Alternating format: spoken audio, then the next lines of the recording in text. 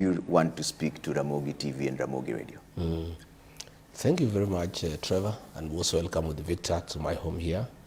I've lived here for very long. And I requested this interview because this is an important medium of communication to the Luo Nation. And these stations, I want to say they are not tribal. They are very good stations because all communities have their unique ways and they have their language. And communication, as far as I'm concerned, is not what you say, but what is understood. People understand their language better. So I sought to talk to the Luo Nation through this medium because I felt that there is a very deliberate attempt by William Ruto to create a wedge between me and the Luo Nation and my community, the Mount Kenya people, and a lot of false narratives and an attempt to create a bogeyman, somebody whom the Luo Nation can hate for no reason. And I thought it is important that I engage the community as to what I think about the community, our relationship, the past, the present, and the future, and possible areas of cooperation. And also is my responsibility as a leader in this country when I see a community is being taken in a certain direction that my community has been taken through before. I have a responsibility to tell them, wow, here, be careful. We have seen it before. I can see the trajectory, and what has happened to me and my community can happen to you, so be careful. And they make the decisions. And you see what we do, Trevor, when we talk to people. You just talk to them. Whether they agree with what you say or not, that's up to them. Whether they accept your advice or not, that's up to them. If they reject it totally, that's up to them. But once you talk to them, your heart becomes free and your conscience is clear. All right. You're perceived in that region that you're talking about as being primarily against the Luo Nation because of your strong statements over time. Do you have a problem with the Luo community? Far from it. I have nothing against the Luo community. I have nothing but admiration. I'm a great admirer of the Luo Nation. And my history with the people from that nation is very colorful. I am a student of political science. And the people who have made me who I am, the professors and doctors who took care of my politics at the University of Nairobi, are from the Luo Nation. The late Dr. Nyangira took me through basic concept in political science. The late Dr. Katete Orwa was my mentor at the University of Nairobi.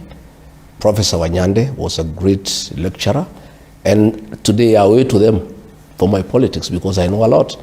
In my employment life, I was mentored by two great public servants, three public servants from the Luo Nation. Samuel Eric Oreta was a district commissioner for Kiambu, a great man from Kedube.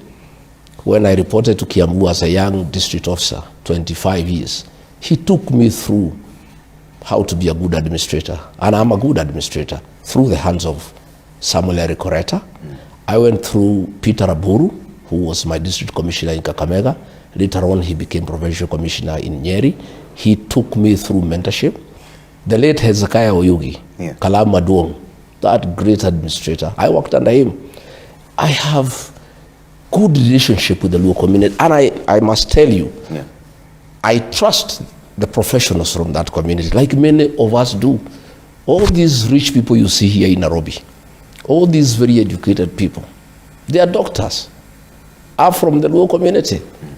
Professor Ogutu is a great doctor at the Nairobi hospital, and I had challenges with my stomach for many years and had to see many doctors until somebody recommended that I see Professor Ogutu in 2016, and the matter was settled.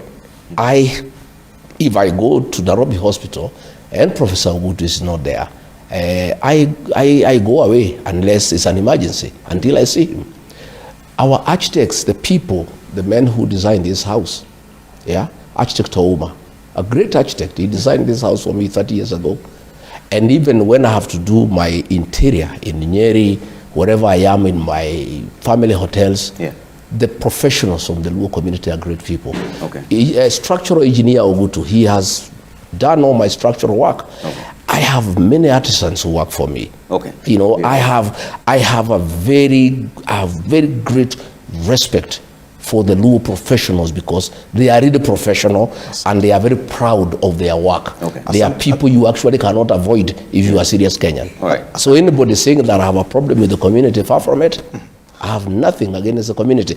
We have had problems politically. Okay. And when people are opposing each other, when the late Raila Odinga was an opponent of Mwai Kibaki, I was for Mwai Kibaki. So ordinarily, there was a contest between my community and the Luo community. Asante sana, asante Yeah. sana.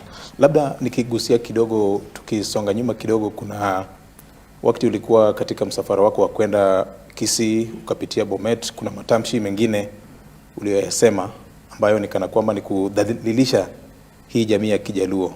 Labda producer ungetupatia nafasi ya kusikiza ili tuweke jambo hili kwa muktadha, jinsi ulivyozungumza ukiwa na wale watu kutoka maeneo ya Bomet County. Labda tusikize vile ulivyozungumza kwa hiyo hadhara.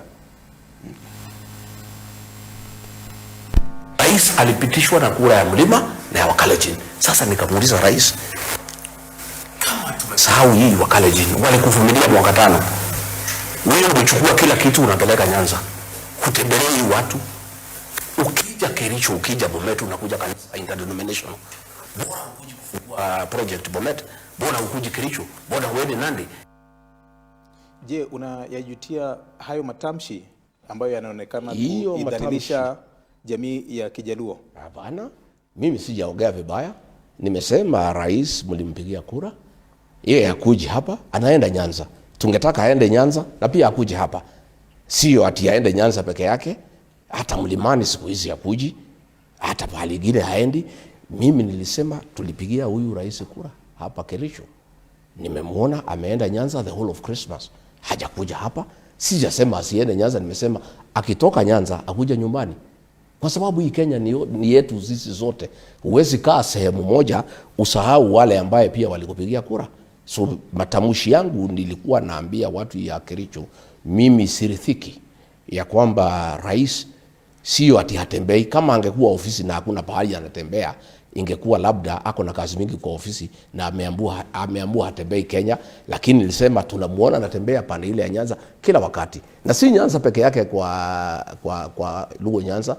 Nyanza ni kubwa, iko Kisii, iko Kuria. Sio kusema ni Nyanza peke yake ya Luo Nyanza. Hii ni mojawapo tu ya kanda ambayo ilinakiliwa ukizungumza hayo matamshi. Kuna baadhi ya video ama kanda ambavyo wewe kama naibu wa rais wa kitambo ulizungumza kana kwamba unaidhalilisha hii jamii ya Wajaluo. Je, unajutia matamshi yako kama kiongozi katika hii nchi? Mimi sijafanya matamshi yote dhidi ya jamii ya Wajaluo. Kama tulikuwa na mambo ya siasa tukipambana na marehemu Raila Odinga, hiyo ni matamshi ya kisiasa. Na siasa iko na marubano kwa sababu ni mashindano. Na lazima unasifu yule ambaye unapigia campaign na unajaribu kuhujumu yule ambaye mnapigana na yeye. Lakini hakuna siku mimi nimetoa matamshi ya kuhujumu jamii ya Wajaluo. Do you believe the president should only visit places where he got votes? No, the president should visit everywhere. Then why should it be a problem when he goes to Nyanza? I'm saying he should visit everywhere. You are very but specific. He should not, you told those people that you are the ones who voted for him, but he's taking your development yes, in Nyanza. Yes, do the Nyanza people deserve any development? They deserve a lot of development. Pia And the president should visit Nyanza as many times as practically possible. But also he should visit the Rift Valley where he was voted for. He should also visit the mountain where he was voted for. He cannot abandon the people who voted for him and spend all the time in one region. I was saying he must be balanced and he must serve all Kenyans equally. But he cannot pretend that he has forgotten there are certain people and he knows them because he voted for them and he has no time for them and he has time for others. So I was calling for balanced development. When you're with the president, he used to travel all over the country. Why is it that when he's heading to Nyanza is when you raise those issues around him needing to travel to places Not where necessarily. I just gave an example at that particular time. Do you accept that he's been to the other parts of the country as well?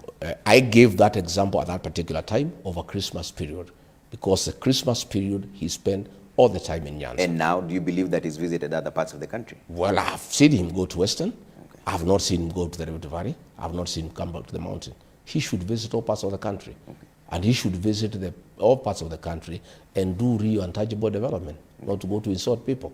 That I agree. Let him visit everywhere, including Nyanza. Let him also remember that he has his people in Rift Valley, he has people in Coast, he has people in Ukambani. He must visit everybody. That statement inspiring the president to visit Nyanza in itself is contradictory, because you have been quoted as saying there are people with shares and others don't. Do you believe the Nyanza people now have shares in the government? Well, the Nyanza people are talking about shares every day, because it's the way politics are done. You're the one who started the conversation on shares. Today, okay, those are my students then they are learning very well. So do the Nyanza Uhuru people Odinga, have shares? everybody should have a share in government. And what they are asking for is the right thing. And that is what I was asking. They removed me from office. The ODM people removed me from office for asking for shares for the people who voted for the president.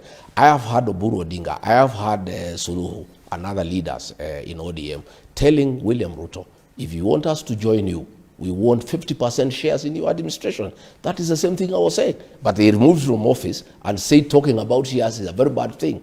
And that's why I've been saying they are very hypocritical.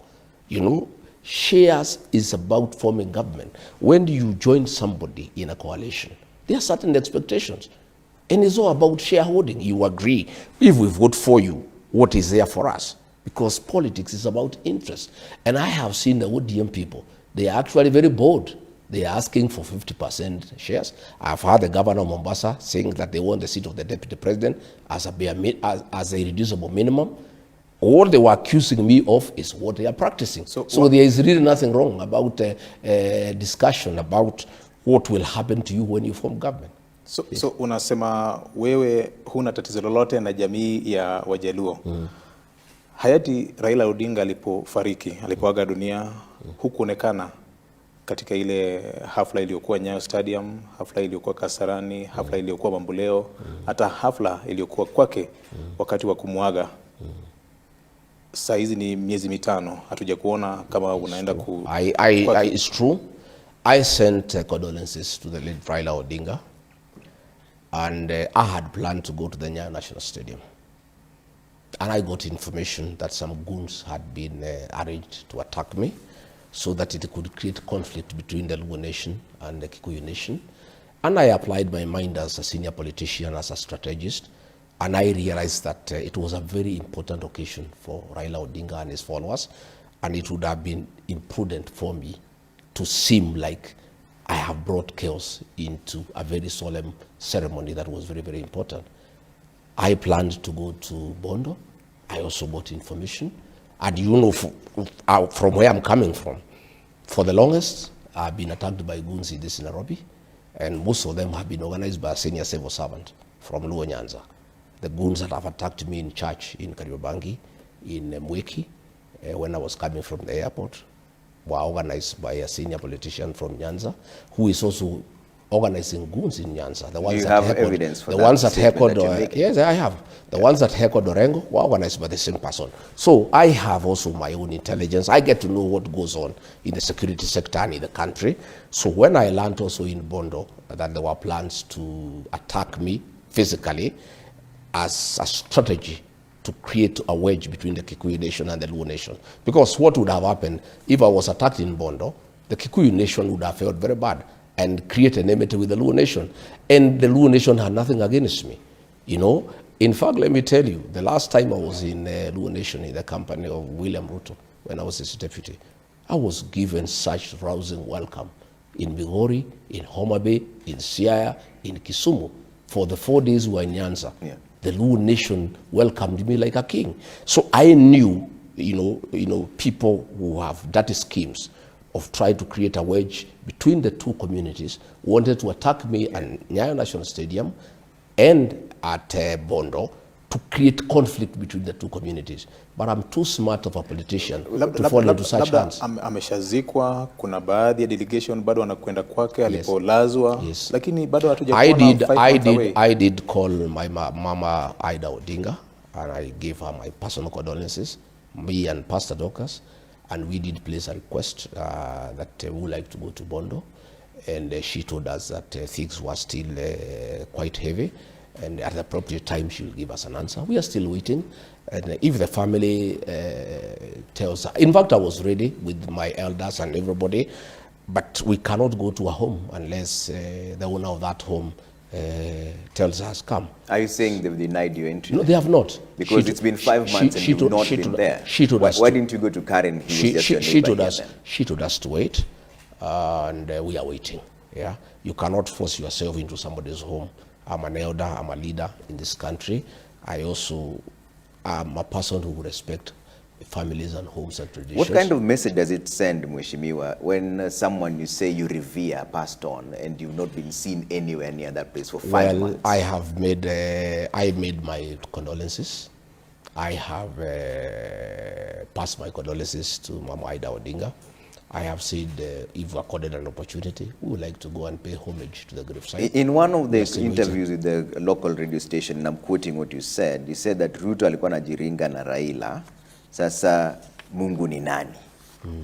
Why are you celebrating the death of the former prime minister? I'm not celebrating. That is your own interpretation. You can't. What was your interpretation? You cannot. That's put, what you said. You cannot put words. Did you not say what I said? You cannot put words in my mouth. Muktadha wa hiyo matamshi ilikuwa nini? Labda. You cannot put words in my mouth.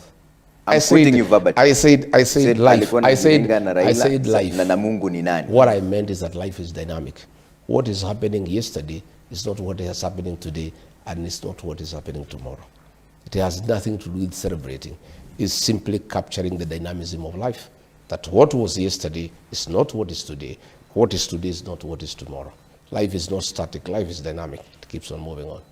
Mbona kwa ule uchaguzi uliopita ilikuwa sawa wewe kufanya kazi na Rais Ruto, na wakati jamii hii ya Wajaluo kitaka kufanya kazi na William Ruto, kwa kura ijayo inakuwa tabu kwako? Nani amesema iko tabu kwangu? Matamshi yako ni peupe, Mheshimiwa. Sijasema iko tabu. Matamshi yako ni peupe, yanasema hivyo, yanaangaza hivyo. Mimi nakuuliza, siku rais alikuwa anapigana na Raila Odinga, alikuwa anaunga yeye mkono? Hakuwa anaunga yeye mkono. Kwa hivyo siku tulikuwa tunapigana na Raila hatugeunga yeye mkono. Tena mimi sikupigana na Raila, alipigana na Rais William Ruto. Mimi nilikuwa nasaidia William Ruto kupigana na Raila. Lakini yule ambaye walipingana na yeye ni Raila Odinga na William Ruto, sio mimi. Kwa hivyo huwezi sema ati niko na shida. Mimi sina shida, mimi natafuta uongozi. Ruto anatafuta uongozi. Na lazima sisi tupigane na Ruto kwa sababu tunataka kumshinda. What has changed now? Because this president who you're saying unataka kupigana naye kwa sababu unataka kumshinda was a darling at some point to you. Is it because of the impeachment that now you've changed tune for someone you referred to as your brother? William Ruto betrayed the Kenyan nation. The Kenyan nation or you? The Kenyan nation. He's still the president of the nation. It's he betrayed the Kenyan nation. He said he'll put money into people's pockets. Instead, he took the little that he had. During his campaigning, he said there will be no extrajudicial killing. He came and abducted children and killed them. During his campaign, he said there will be no evictions and demolitions. There are demolitions every day. Lakini ubomoaji ulifanyika hata kama wewe ulikuwa naibu wa rais. Well, if you remember, ukikumbuka, katika mashtaka niletewa Senate moja ilikuwa nilipinga ubomoaji. Kwa hivyo mimi nilikataa hiyo maneno kwa sababu tulikuwa tumeahidi wa Kenya ya kwamba baada mambo ya kuharibika kati yako na rais ndio ukaanza kuzungumza vilivyo. Lakini hapo awali ni kana kwamba ulikuwa na unga mkono sera hakuna mambo ya wakati huo. Mimi nilipinga maneno kutoka ndani mpaka ikafika pahali hawezi fichika. Na moja ya hayo maneno ni ubomoaji ya mali ya umaskini. Kwa sababu tukitafuta kura tulikuwa tumesema hatutapinga, hatutabomoa mali ya watu maskini bila kuwapatia pahali ya kwenda, na hatutabomolea watu usiku. Hiyo ikaanza kufanyika, mimi nikapinga. Kwa hivyo mimi nilikataa mambo mingi kwa sababu huyu muungwana tulifanya kampeni na yeye na tuliahidi watu mambo mingi sana. Na wafuasi wangu ni wengi sana. Na wakaanza kuniuliza maswali. Huyu jamaa uliletea sisi na ukatuambia ni muungwana, mlituahidi na hii, mbona mmekeuka? Kwa hivyo mimi nikaanza kupingana naye na kumwambia hapana, tulikubaliana hii, mbona nageuka? Mpaka ikafika pahali ikakuwa ya kwamba hatuelewani. Ndio. Let's talk about housing for a bit because it's one of the projects that you're talking about here, and we've talked about demolitions. At some point, and I want to play that soundbite for you, at some point you said that you don't understand how someone can go against the housing project. And at some point you also changed. Listen to what you said. Why would anybody is in his right frame of mind have a problem with slum upgrading? Why would anybody in his right thinking have a problem with having affordable housing for Kenyans so that they can live with dignity? Hii housing imelazimishwa wa Kenya kutoa housing levy kwa lazima. Hiyo pesa sasa imechukuliwa, imepeleka kujenga soko, kujenga mashule, kwa sababu imekuwa conduit ya wizi. What changed, Mheshimiwa? Everything changed because I was deceived. I believed William Ruto of all the things he told me and the people of Kenya. And many Kenyans believed him. Many Kenyans believed him. Today they feel deceived, I included. I really believed housing was a good program to create employment. I believed him 100%.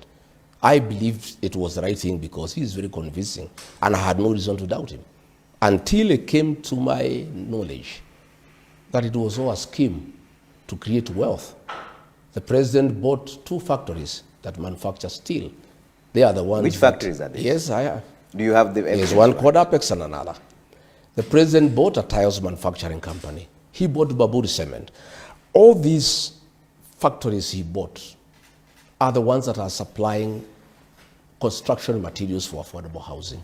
And that is why he needed to create enough money by taxing Kenyans so that his businesses can thrive. Why should Kenyans trust you now, and yet you're the same person who said that you don't understand why someone because this housing? Only a fool doesn't change his mind. So if you're deceived then, are you deceived as now? I told you, life is dynamic. You get to knowing people. Today, Trevor, you are this. Tomorrow, I know you differently. So then William Ruto was very convincing. He came to us in the mountain with the Bible, and we trusted him because we are Christians, basically. But on assuming office, he became another person. He became a businessman. And I was there as his deputy, and I saw through it, and I couldn't take it. And I said, no, this is not what we promised the people of Kenya. Kwa maana vitu vinabadilika jinsi ulivyosema. Sasa kuna haja gani pia sisi kukuamini wewe kama mwanasiasa? Wewe hiyo itakuwa ni Wakenya kama wataniamini, sio wewe. Wakenya wataangalia vile mimi naongea. Ni baadhi tu ya maswali ambayo wataangalia ile facts mimi naweka kwa meza. Na wataona kama wataniamini. Now people keep on changing their mind. Huyu William Ruto ana shida kwa Wajaluo siku 5 akitukana Rigathi Gachagua na Wakikuyu. Alikuwa huko mwaka 9 akitukana Raila na Wajaluo. Leo anasema baba ni mtu mzuri, Wajaluo ni watu wazuri. Wacha nimalize. So umeniambia why people change their mind. Let me give you a good example. Okay. Today William Ruto is in Nyanza abusing me for 5 days. Saying I'm this, I'm that, making me a bogeyman and attacking my community. We are tribalist. For 9 years, she was all over the country abusing Raila Odinga, kusema ni mchawi, ni muganga, kusema Wajaluo ni ile watu ya kungoa leri, Wajaluo ni watu ya fujo, kusema huyu Raila haendi kanisa, anakuwa na nyoka mfukoni. He was saying all those things for 9 years. You also said the same thing. Yes, I did. And I'll tell you. I'll explain to you. Let me finish. That is fighting. Yes, I did. So is that the same position you hold now? I'm saying. Mpaka ukasema wewe ulikuwa na kufanya kwa niaba yake pia. Ngoja kidogo. Simuache. Na ulisema kwani mko na fujo, simuache niongee. Tunasikizana. No, I can see you have predetermined questions. So also let me answer. So umeniuliza swali. Okay. No. Tunakupatia nafasi ya kuyajibu. Wacha tukubaliane kwanza. Okay. Ukiniuliza swali lazima nijibu. Kwa heshima na taadhima tunakupatia nafasi ya kuyajibu maswali tafadhali. So wewe ukisema kitu pia unipatie nafasi. Okay. Umeniuliza kwa nini nilibadilisha mafikira. Nimekuambia William Ruto huyu ana shida kwa Wajaluo. Akitukana Rigathi Gachagua na Wakikuyu. Alishinda kwa Wakikuyu akitukana Raila Odinga kusema ni mganga, ni mchawi, ni mtu ya Wajaluo ni watu ya kungoa leri, Wajaluo ni watu ya fujo. Leo alikuwa anasema jana Wajaluo they are intellectuals, they are very intelligent people. But it is you we are talking to, Mheshimiwa. No, but I must give examples because also when you ask me questions, because you must give it the same thing. So I'd like to hear your accountability of the same conversation. Trevor, I must give examples of how leaders go. This is one leader called Rigathi Gachagua. You have said, I also say the same thing is true. Because in our campaign, it's like a choir. William Ruto was the choir master. He was the composer of the song and the soloist. So wale choir members wanafuata what the choir master is saying. Yeah, ndiye alituambia hiyo maneno. Sasa wewe ulikuwa kwa chorus. Yeah, tulikuwa chorus. But have you now changed your mind? No, me now I'm a choir master. So those who are behind me so now, the song has now changed. I have a different song. Why should they believe you now but that the song was not my song? It's just a song that you No, changed. it was not my song. You're still the same chorus and now you're the choir master. That song was not mine. I was a member of the choir. Choir ilikuwa ya William Ruto. Ya kupiga Raila Odinga na Wajaluo. Sisi tulikuwa choir members. So tunafuata choir master. Ulikuwa unatumiwa wewe? We were members of the choir. But this new song, have you now changed your mind? I have said. Why should the people? I have given you yes. An analogy. Why should the people believe a choir master or a chorus master who changes tune? It's up to the people to believe. It's like they're asking you. If they I don't know. They will listen to me. They will listen to me and decide. You painted the Luo nation as a nation that is chaotic, violent. I didn't. In fact, William Ruto did. It's not me. I'm quoting you. You said at some point that a community has been castigated as people cause violence every single time. I've told you. That was you. I've told you directly. I've given you a very good explanation. Community. I've given you a very good explanation that I was a part of a choir and our choir master was William Ruto. And our work was to repeat the chorus from the choir master, who was also the composer. At what point will you take responsibility for your own utterance? I am saying because now you're saying that he's the one who told you to say it. No, I'm saying, Trevor, we were in politics. And are you still in politics now? Yeah, we're in politics. So why should they believe you? I am saying we were having a contest between Raila Odinga and his people. And that was the politics of the day. I am not in politics with Raila Odinga. There is no presidential candidate from the Luo nation who is facing me. So there is no conflict. That was a contest. People are looking for positions. And there is a conflict as it goes on in politics. So they will be trading here and there. Why William Ruto now is abusing me, he was abusing Raila Odinga then because he was his competitor. Today, his most strongest competitor is Rigathi Gachagua. And so he has just changed tact. Yeah. The way he was abusing Raila Odinga is the way he's abusing Rigathi Gachagua because I'm his competitor. Do you regret this abusive language that you and your former boss have treated the nation to? I have not abused anybody myself. You started this conversation. I did not start. Did you describe the president as having lost made that weight? description. That description is true. That is considered body shaming. There is no apology to make. I described the way he looks. I did. Chapter 6 of the Constitution and Integrity, Article 73.3, says that state officers should behave in a manner that bestows respect and dignity. I'm not a state officer. You've been the second in command. I am not a state officer. I'm not a state officer. So are you now allowed then to just abuse your other fellows just because you're not a current state officer? I am not a state officer. You've been the second in command. Do you regret the statement? I have no regret whatsoever for my utterances. I made a true description that our other Kenyans have made. I'll continue speaking truthfully. You know, people say when people who steal, what are they called? They are thieves. People who do this and that, they must be described for who they are. And if anybody has a problem, you can take me to court. Do you believe that statement is demeaning? No, it's not. What do you think it is? It's up to you to think. What you think. I've told you I'm not the one who made the statement. I have nothing. I have nothing to say about it. I've said it's a true description of what I see. What does the appearance of the president have to do with governance? Well, you'll have to ask him. You are the one who described him. I'm saying it's you to ask him why he's so agitated. But I'm speaking to you, and you're the one who started this conversation. You are the one to ask him why he's so agitated.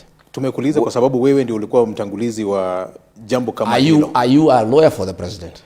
This is waandishi wa habari. No. You also cannot. Are you here holding his brief? It's a question that everybody No. I can see. You're a lead. Are you holding a brief for William Ruto? Honorable Rigathi Gachagua, you've been the second in command in this country. And you're now thinking of being the head of this country. Have you condemned him? Do you think those statements were regretful? What I would ask you to, have you as a president, whether he has to regret? I'm speaking to you now, not to the president. We'll speak to the president at the right time. Tumekuuliza kwa sababu tuko na wewe hapa na wewe ulikuwa mtangulizi wa hayo maswali. I don't think this interview you hold brief for President William Ruto. We're not holding brief for in my view. We're asking you to be accountable for the words that you said. I had hoped that you would ask me issues of development to do with We will get to that. Let's clear out a few things first. Kuna maswala I refuse kuna maswala ya uongozi. I refuse to have you have kuna maswala ya uongozi na uadilifu. Jinsi alivyosema katika chapter 6 ya katiba. That question I've answered. Will you apologize to the people for what you did? I have no apology to give to anybody. Let me bring up a soundbite of what you said after this back and forth between yourself and the president. And you said that tumefikisha mahali tulikuwa tunataka. Let's play that soundbite so that we just refer to that conversation. Sasa nimeona umekasirika vile nilitaka. Mimi nilitaka wewe ukasirike. You lose your temper. You lose your cool. You stop being presidential. Sasa Kasongo amekuja bahari nilikuwa nataka yeye. Ameteremuka chini. He is no longer presidential. Amekuwa mtu ya propaganda na fitina. Is the politics of insults what you want? True. He is where I wanted him. In the politics of insults? Yes. Is that what you want? Because that's whom he is. He has been on insults all his life. He's been insulting Raila Odinga, Uhuru Kenyatta, everybody. He has been trying to be something else. But I know him. I wanted him to come out in his true colors. That's where he is today. Abuse, pettiness, gossip, that's William Ruto. He is where I wanted him to be. Do you believe that is also describing yourself? Because you're the one who started this conversation. And you've just said there that tumefikisha mali tulikuwa tunataka. I have said is that the politics I have told you I brought him where I wanted him to be. That's what I wanted. Na and he is where I wanted him. Jinsi ulivyonena hapo awali, hii tabia yake ambayo unasema ni kutupa cheche za maneno makali, uligundua lini? Nini? Uligundua lini hii mambo ya wakati tangu zamani. Kitambo sana ama wakati tangu zamani natuliwa katika tangu zamani, lakini nilikuwa nafikiria akipata kiti ya rais atabadilika. Hajabadilika. Hajabadilika. Amekuwa tu vile vuti ya matusi. Alitusi Raila mwaka 9. Sasa amerudi tu pahali alikuwa. Sasa ni kubadilisha tu Raila tu Rigathi Gachagua. Wewe ukamtusi Uhuru Kenyatta ile enzi, hata Raila wakati mwingine ukamtusi. Tofauti yako kati na yeye iko wapi? Nafikiri tuongee mambo ya maana ile tasaidia hii interview. Kuna masuala ya uadilifu na uongozi. Hiyo nimekataa. Kwa sababu sasa mnataka ikue hii interview ni mambo ya matusi. Mimi nimesema rais amekuwa akinitukana Nyanza for 5 days. Siwezi kuwa na interview kuendelea na mambo ya matusi ile rais anafanya Nyanza. Hiyo nimekataa. So you don't regret the statements that you made? I have said I have no regret at all. Okay. I have not abused anybody. I have just described a situation that is true and everybody knows it is a true situation. I have no regrets whatsoever. Okay.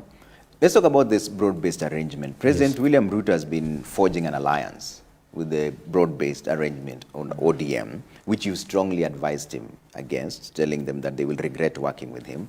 What did you mean by that? That? What did you mean by the broad-based government will regret working with President William Ruto? Well, I was in coalition with William Ruto, and the minute he became president, he turned against the people who elected him. I know him.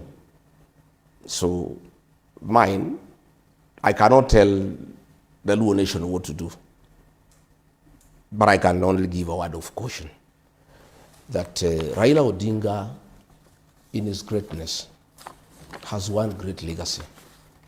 He founded and developed and grew a strong political party. I'm on record publicly saying how I admire, when he was alive and when he's dead, I admire ODM party and the quality of leaders that came through ODM.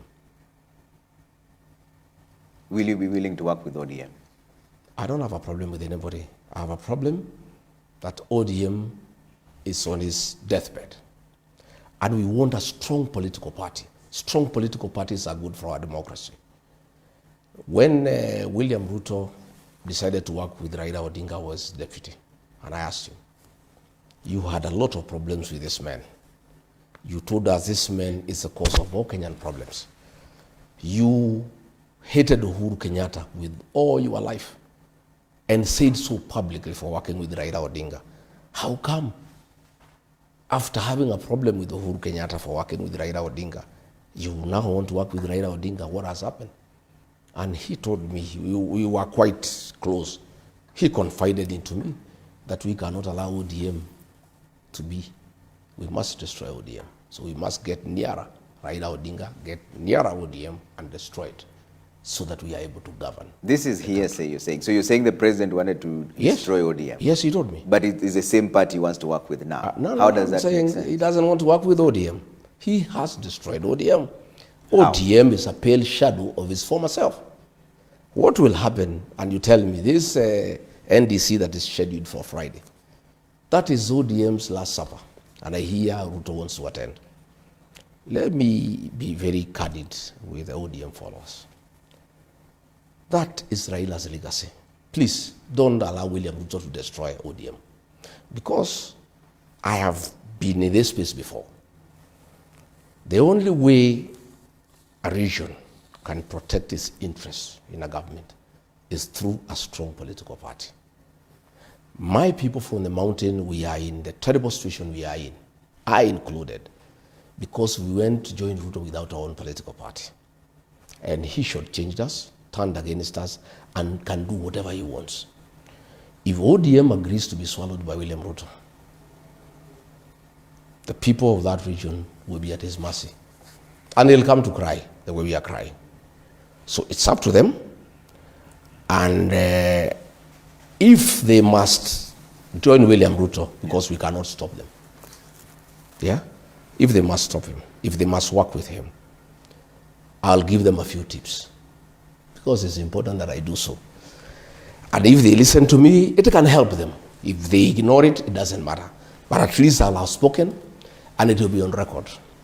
If I had listened to President Uhuru Kenyatta, when he told us that William Ruto cannot be a good president and it's not good for the country, this country will not be in the shit we are in.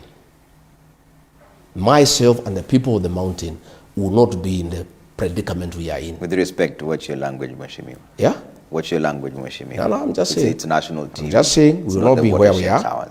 We will not be where we are. And the mistake we made was to join William Ruto in his party. Since that we have learned and formed our own party. And we cannot be swallowed or merged with anybody. We'll have to work, whoever wants to have a coalition with us. Our party, the DCP, will have a coalition intact without being swallowed by anybody. So my advice to ODM. Okay, katia ODM shauri, hii ni chama ambacho kimekuwa katika siasa ya Kenya kwa muda wa miaka 20. DCP is hardly 2 years. I'm talking as Rigathi Gachagua. It may have been 20 years. I may be nobody, but I cannot be denied a chance to give advice. Maybe you think I'm nobody, but I'm saying I have been with William Ruto. Listen, I have been with William Ruto as his deputy. I helped him to be president with my people. He shortchanged all of us. So I have something that I know that I can share, because I can see ODM is being induced to work with William Ruto. I have some experience that can be useful. Okay. Unless you don't want me to share. Asante. Yeah. Asante. Umenena hapo kwamba nyinyi kama watu wa mlima mlidanganywa kwa sababu hamkuwa na chama cha kisiasa. Kumaanisha chama cha DCP ni cha watu wa mlima pekee? Hapana. Tukiangalia vyanzo vya sheria, chama yetu ni ya kitaifa. We won a by-election in Kisa East in Quisero, that is Kakamega. We won a seat in Narok Township, that is Narok in Rift Valley. We won a seat in Kariobangi North, which is cosmopolitan. But every community has a political home. You know, the Luo Nation, their political home is ODM with other Kenyans. The mountain people, their political home is DCP with other Kenyans. The Kalenjin, their home is UDA with other Kenyans. So every community has a home politically, and that is the way it should be, and it must be that way. But I'm saying, what ODM should do, my honest advice, because I can see it being destroyed, and I can see them along the way crying the way the mountain is crying. One, ODM is owed 12 billion through the political parties fund. If William Ruto is serious that he wants ODM to stand as a political party, John Buddy is the CS National Treasury. They should reduce, ODM should demand 12 billion shillings owed to ODM to be released to ODM, so that financially they are independent and they can chart their own course. Number two, The president has been to Nyanza and made many promises. He has one budget to go. 2026-2027 financial year. Before the elections and after, he made a lot of promises to the mountain people. Mau Mau roads, this, that. Nothing has been done for 4 years. What ODM must make us reducible minimum. All those projects he has announced, they must demand that money be reflected in this last budget. Because if there is no money in the last budget, if there is no money in the last budget, that is just a campaign gimmick. Asante. Listen, let me say a few things I want to say. That money should be reflected in the budget. And it should not be a token. If the project is 1 billion, you can't put 50 million in budget for the next financial year and say the project is funded. The money must be put in the budget. Number 3, whatever relationship, whatever agreement that they want with William Ruto, let them learn from me. It must be made public. If they are being promised that they will be given the deputy president, it must be announced publicly. Whatever they are being promised, there should be a public pronouncement. Because the mistake I made, we did some things under the table in writing. Even Musalia, they did the same. All those things were not honored by William Ruto. And I can tell the people of ODM, things they are agreeing with him, they will not be honored unless he makes a public pronouncement. And they should demand early enough so that they have time to look elsewhere in case they are not satisfied with what they are agreeing with him. Number 4, and the most important, to make sure that ODM stands. William Ruto had no footage in Nyanza. He had no footage in Coast. He had no footage in Northeastern. He had no footage in Western. If ODM enters in agreement with William Ruto, they must demand that those areas are zoned for ODM so that they have enough members of parliament to be able to go into government with. But if they open up their strongholds to William Ruto and UDA that has no presence in those areas, they will be swallowed. And that is what is happening. Once those things are done, then if they want to enter into a deal with him, they are safe. And I'm just sharing this because, in my community they say, if you are beaten by a black snake, when you see a rope, you run away. A rope that looks like a snake. And I'm just saying, because I can see what is happening, I can see the same deception. The time he is spending in Nyanza, every day he is there, he spent more time. He was 9 years in the mountain. Nowadays he doesn't come. The same script. He was coming to the mountain, promising us goodies, promising us heaven, promising us all manner of things until we elected him. I can see the same script going on. And I have a responsibility as a leader in this country to tell the people of Nyanza, please, Asante. I've been through this. Yeah. My people have been through this. We are all crying because we were deceived. We were conned. I can see another con game going on. I can see deception going on. Please be aware. Okay. And if you don't heed and it happens, please never say Rigiji never told us. Wacha nikurudishe nyuma kidogo, Mheshimiwa Naibu wa Rais wa kitambo. Hapo awali ulisema huna shida na hii jamii. Unavyozungumza katika ile structure ya uongozi wa DCP, je, kuna yoyote yule ambaye anatoka katika eneo la Nyanza? Swali la pili, kuna wakati ulisema the position ya PS Interior na CS Finance ilikuwa a reserve of the mountaineers. Yes. Na bado unatuambia unatupenda? No, watu wa Nyanza. My friend, one, Mable Owino, the Deputy Secretary General in charge of strategy, is a Luo girl from Kisumu, very talented young woman, and she's working with me. When I was appointed Deputy President, my Chief of Staff was George McAvoy from the Luo Nation, a great administrator. Lakini aliondolewa baadaye akapelekwa mahali. Ruto alimtoa akampeleka Djibouti. Djibouti, some funny somewhere. Yeah, I loved the guy, and when Ruto found my office was functioning well and he wanted to bring me down, one of the strategies he did to start undermining me was remove George McAvoy. He's a man I had brought to my office. I have total respect for the community and their professionalism. There's something you asked me. You said CS Treasury. CS Treasury. Yes, it's true. Just the way ODM is saying, deputy president is reducible minimum. Before we elected William Ruto, we had some demands and we agreed. And those are positions we negotiated. We had negotiated for National Treasury, CS, for CS Interior, for CS Agriculture. That is the way negotiations are done. And I was just saying, what we negotiated, you cannot take away. It does not mean that I have a problem with whoever I was giving. I was just saying, what we have negotiated, give it to me. Just the way we are saying now, I have heard Governor Mombasa saying deputy president is a reducible minimum. If they agree that they are given deputy president, if they are shortchanged, they must complain. That's the way these negotiations go. So myself, I was quite right in saying, whatever we agreed, we delivered. You had said, give me your votes, I'll give you this. We give you our votes, and what we gave you are taking away, I'm saying is wrong. Ukiangalia hiyo ratiba ya wale mawaziri ambao katika baraza la mawaziri ya Rais Ruto, kuna baadhi watu ambao ni wanane kutoka eneo la Mlima Kenya. Yes. Does it bother you? Does it worry you? Not at all. In terms of representation in the cabinet? I negotiated for the mountain in exchange of votes. ODM is demanding 50%. Is there anything wrong?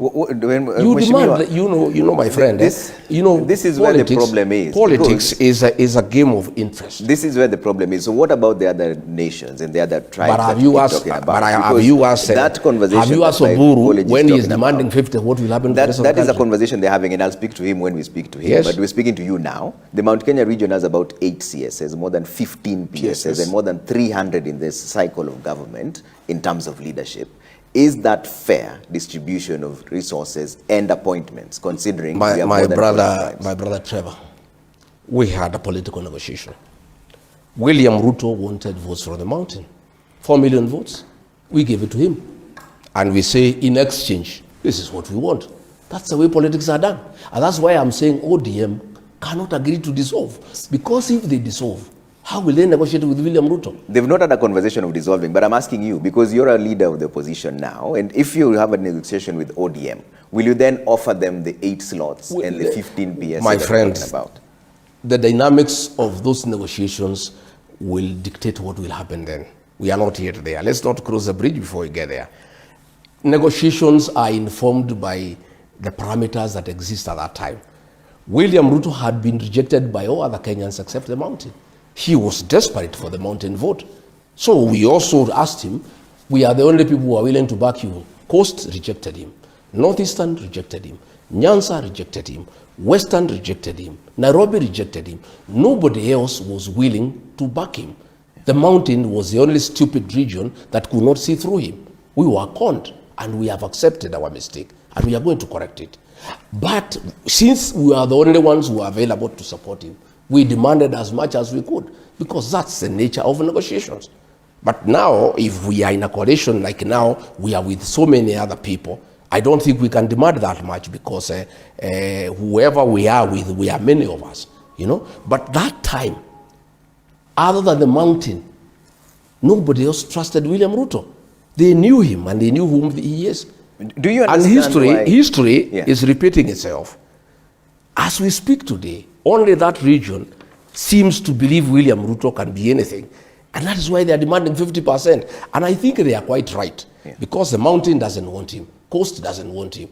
Everybody doesn't want him. So the people of ODM in Nyanza are saying, wow, since nobody wants you, can you give us 50%? Do you understand why people are a bit shy to deal with you? Because of the strong language that you use. Even right now, when we speak about a conversation. Say you are shy dealing with me. You have just Don't talk about other people. You've just said the Mount Kenya region are the only people who are stupid enough. Yes. That tagging is where the problem is. No, we were labeling communities. I have said that is a feeling in my community, that we were conned, and we did not see it through the con. We were conned, and we have accepted. And that is a mess, is a language everywhere. We were duped into electing somebody who cannot lead, a businessman who has, reaped the country, who has taken over all the businesses in the country, who has ordered abductions and extrajudicial killings, who has spoiled relationship with other countries. We were duped. And when people are duped, how do you describe them? And I have said myself, I was stupid. I have accepted. I was stupid enough not to see through William Ruto. And that's why I'm saying I don't want anybody else to be conned. I don't want anybody else to be duped. I have a responsibility as a Kenyan leader to tell other people whom I can see they are being conned. You guys, you are being conned. I have been through this with my people. We were conned. And if I don't tell you, because myself, I feel terrible because Uhuru Kenyatta had warned me and our people, and we did not listen. And we can therefore not blame Uhuru Kenyatta because he had told us, this man is not fit to lead.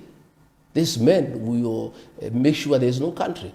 The same has come to pass in Uhuru Kenyatta's lifetime. I don't want any other community to fall into the same trap when I'm alive and when I have a mouth to tell them. And that's why I'm telling the people of Luo Nyanza, hey, be careful.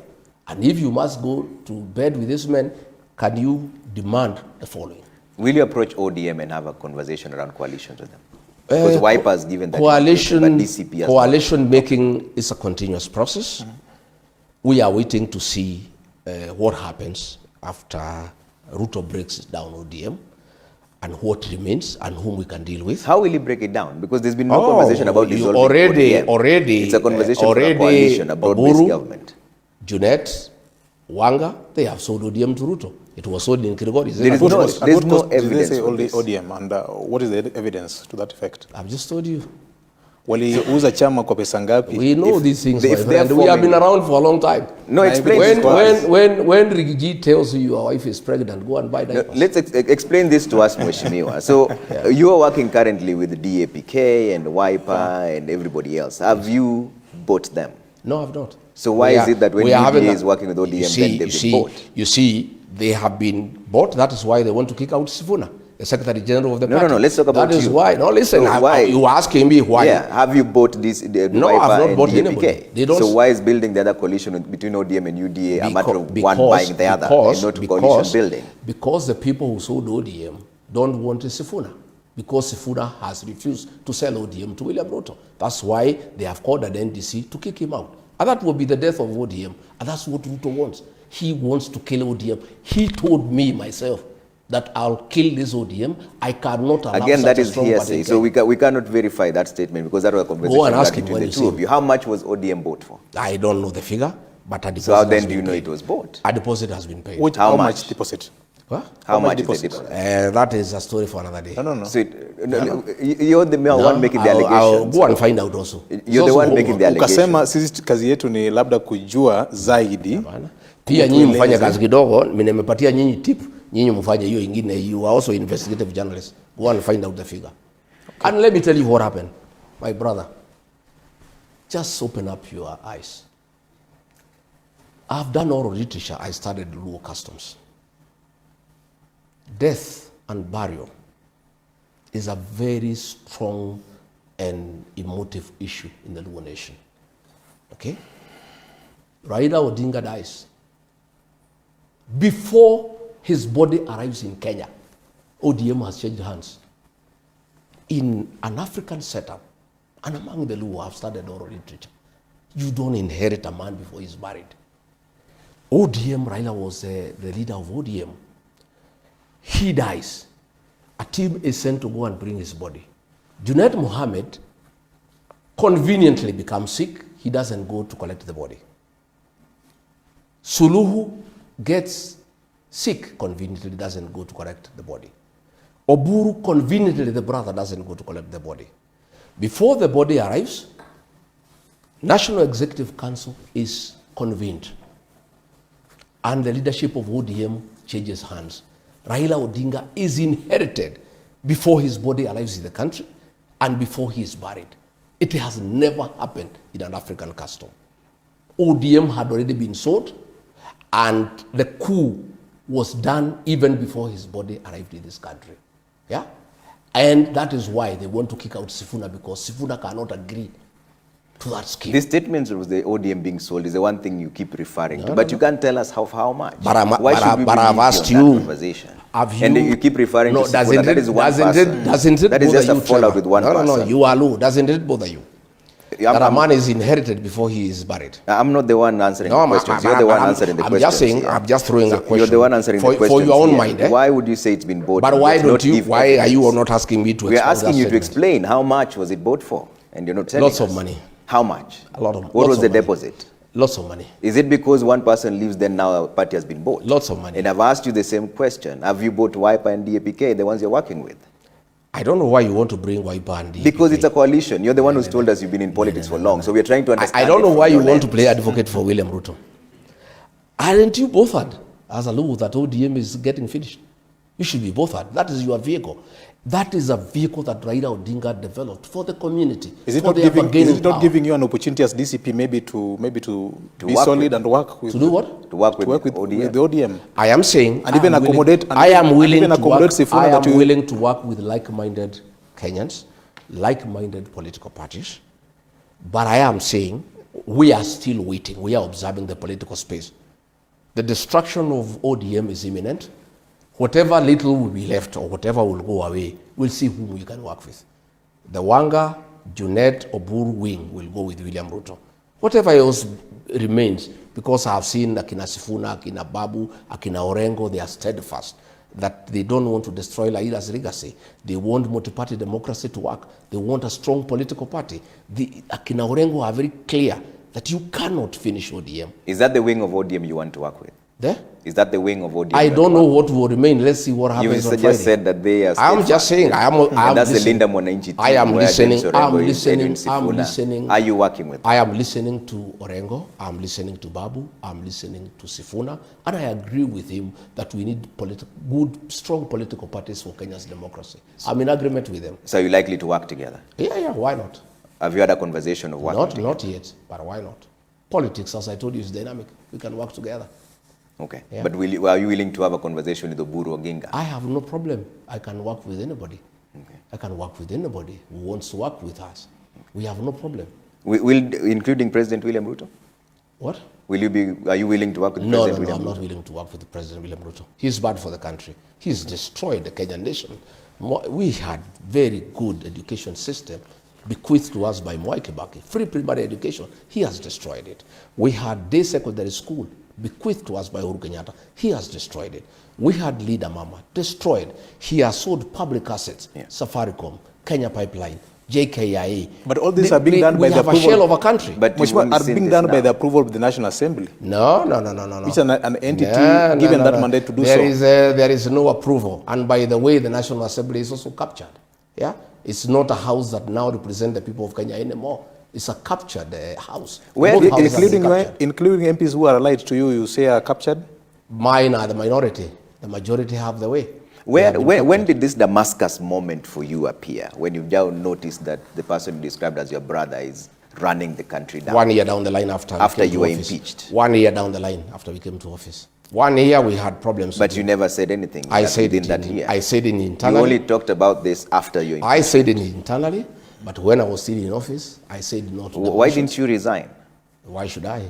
I was not elected by William Ruto. I heard him saying that he gave me an opportunity. He didn't give me an opportunity. I was given an opportunity to lead by the people of Kenya. The person he has given an opportunity is Kindiki.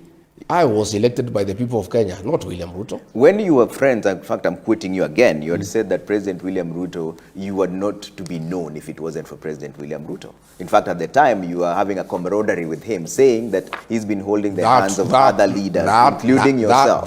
Why has that changed now? That was then. But that does not make me daft.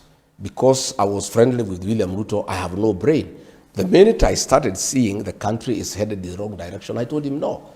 When I was in office, my friend, if you remember, I called a press conference in Mombasa on 26th of June about abductions and extrajudicial killing and told him off.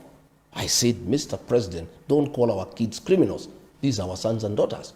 I stood with the Gen Zs when I was in office. At that point, there was already a conversation about your impeachment. But don't say, no, that was June. Impeachment came in October. I didn't speak when I left office.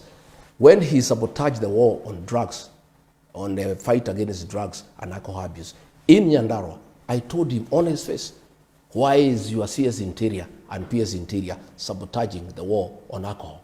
I heard him saying that I was taking money from cartel. They said you are extortionist. Yeah, he can say whatever he wants to say. If that was true, it should have been one of the charges of the impeachment. It wasn't.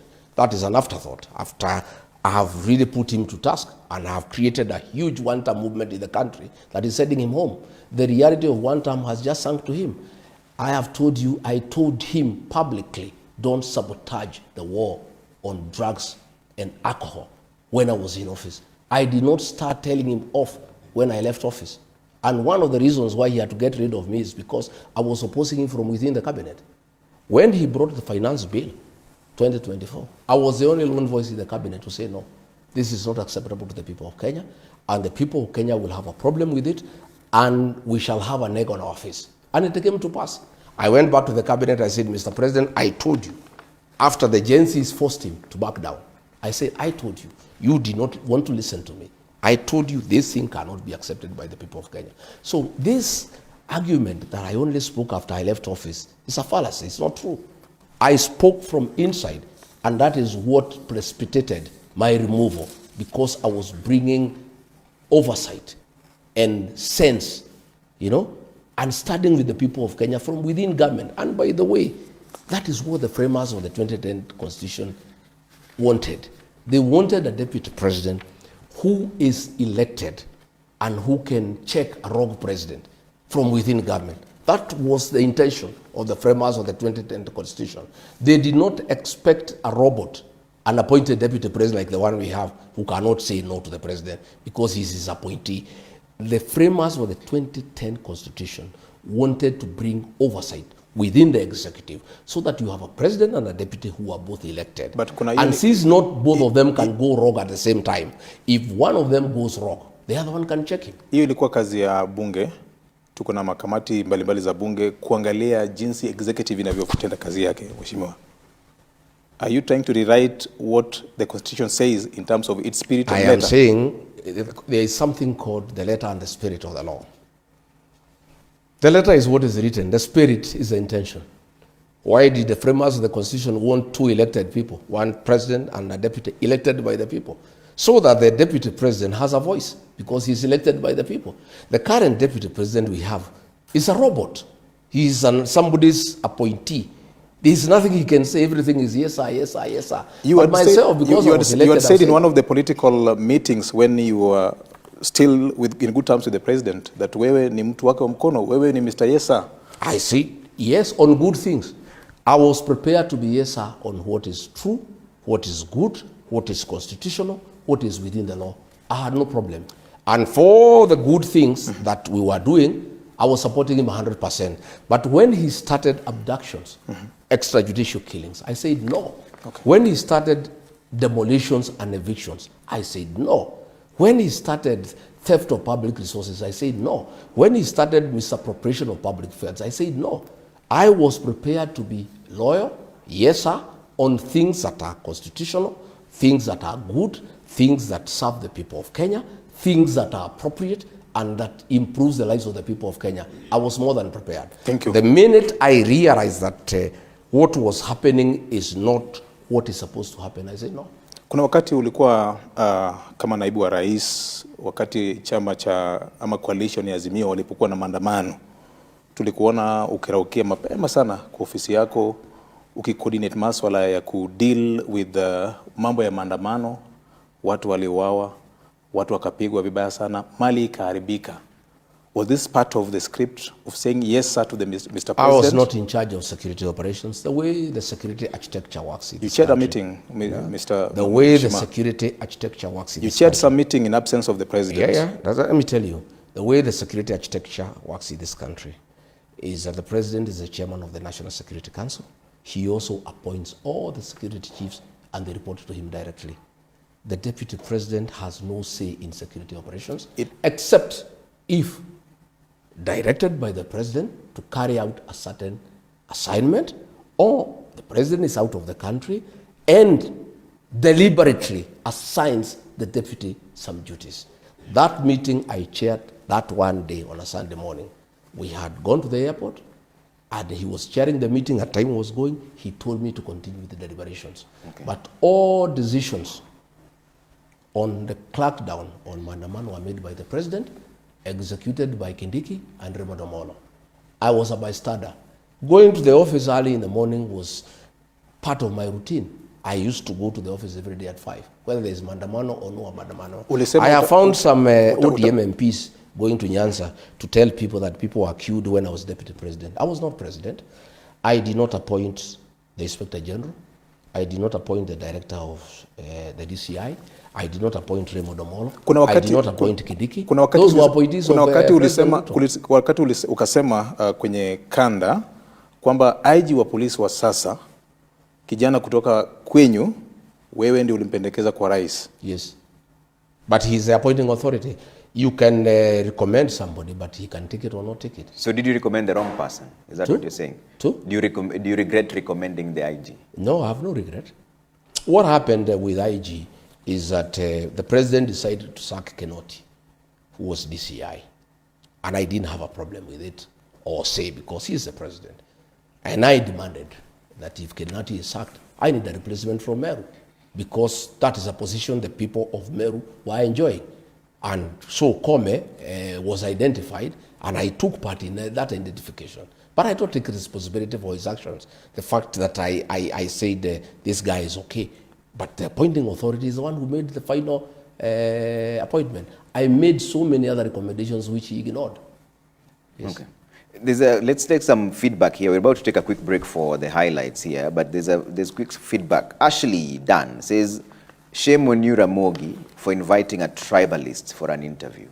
How will you shake off this tag of being a tribalist? Well, to start with, if tribalism is speaking one's language, then Ramogi station should never have existed. Why do you call me to a tribal show? We didn't call you. But you know, I'm saying, why does this show exist? You requested us to come here. No, but why does it exist? Why does Ramogi exist? You are being asked here that there's a tag for you being a tribalist. What makes me a tribalist? Shareholding conversation is one but, of them. That's Guru is talking about shareholding. But let's not deflect the question to other people. It's you who started this conversation on shareholding. My friend. And people believe that you stand for the mountain more than any other reason. Shareholding is part of the agreement between Wetangula and Musalia Mudavadi, and is signed by William Ruto. Does that make him a tribalist? Shareholding is part of discussion on political negotiations, and is going on as we speak today. And there's nothing wrong with anybody saying, if we support you, this is our expectation. And that's what ODM is saying. And they are saying it so loudly. Why is that person sending you that message, not asking why Oburu and those who are asking for shareholding with Ruto are not tribalists? Because we're speaking to you now. So is that the same arithmetic that you have that is a tag. Let me tell you, that tag of tribalism has been pushed by William Ruto. But when I was supporting him, he never said I'm a tribalist. When my community was supporting him, he never said I'm tribal. My community and I are not tribal. Ask me why. In the last election, we had a candidate called Manyora. We never gave him any vote. We gave 4 million votes to William Ruto and 1.3 million votes to Raila Odinga. I had the leeway to say I cannot support William Ruto because he comes from another community. Okay. Then how do you call me a tribalist after supporting a Kalenjin to a man? I supported him with my people. Okay. When did he realize we are tribalists? Then he was saying I'm a very good man, a very good mobilizer, a people-centered guy. I don't know what. He had very kind words about me. Okay. But the minute I and my people decided that he had betrayed us, he had shortchanged us, he had deceived us, he is not what he told us he is, he's not what we thought he was, and we changed our mind, then we became tribal. All right, stay with us, Mheshimiwa. We have to take a quick break. Nikwa Ramogi kama nanyo kumkitira Ramogi TV kaendie. Wane tuwak makende gyogai mar DCP Mheshimiwa Rigathi Gachagua kijalup jaten piny Kenya machone dala ne makaren obiro ni achiel kachiel kontiere kagi VOJ Victor Tieno Juma mar Radio Ramogi. Waka thuolo moro yue machuok mondo muwinjare weche manyien madhi biro saa 3 to koduogo kendo to pod odhi medo go mbaka gi Mheshimiwa Rigathi Gachagua menogai mar DCP gi jalup jatend piny Kenya machon. Kik udhi mabor ahinya.